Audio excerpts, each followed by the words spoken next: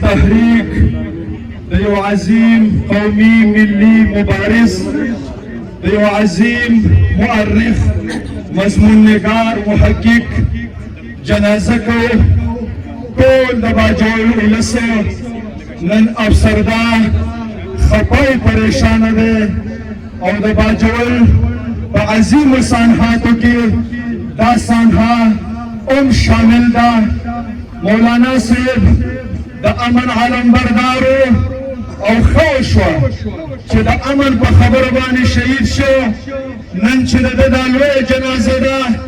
نن چې په مړینه باندې د دومره اعزاز حاصل دی دا د امن مجاهد دی که دا د خېټې په درد باندې مړ وی که دا د کینسر نه مړ وی شاید چې د دومره عزت نه حاصل شوی دته عزت د امن په نوم باندې حاصل دی او موږ هم دا غواړو چې په ژوند هم عزت وګټو او په مرګ هم عزت وګټو او د عزت دپاره د امن ناره دا به په ژوند باندې هم وایو او د مرګ د آخري سلګۍ پورې به هم وایو زما وروڼو زه یو خبره کوم په اتوار ورځ باندې چې کوم امن پاڅون دی د امن د چغې او د جنډې لاندې به یو کېږو او په دغه امن پاڅون کې به شریکېږو دا ټول خلک دا عهد کوو که نه کوو تیار یوئ خو یو تجویز ورکوم د دې صوبې نور سیاسي قیادت خو نشته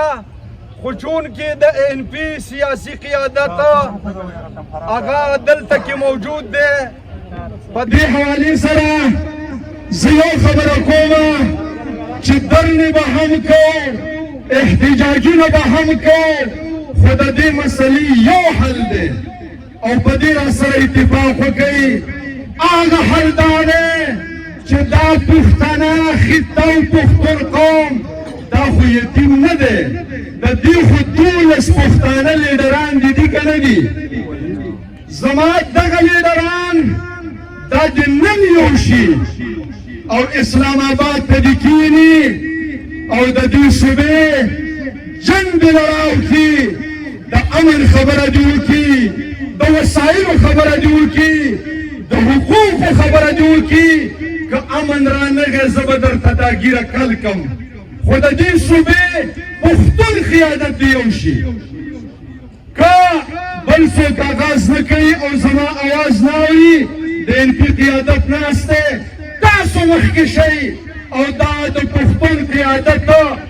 یوې کمرې ته دننه کوي قرآن او طلاق وکوي چې هغه پورې به پاڅونو چې د اسلام آباد سم د پښتون دا مسله حل کړې نه وي دا یې حل دی بل حل شته دی ورو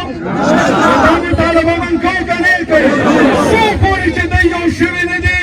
او دوی د کرسۍ جنګ کوي دوی د اقتدار جنګ کوي زه د کار کولې ما زه وجلی کېږم زما وینه تویږي دی زما په سر اقتدار ته ځان رسوي په ما خفه نه دی په ما پریشانه نه دی په ما الپاټس کانفرنس نه کوي زما مقدمه د اسلام آباد د حکمرانانو سره نه راوړي زه د دې صوبې د قیادت نه خفه یم زه ګیلمن یم یو شئ او که تاسو یو شوئ او دا جنګ موږ ونه ګاټو دا ګز او دا میدان وما علینا الا البلاغ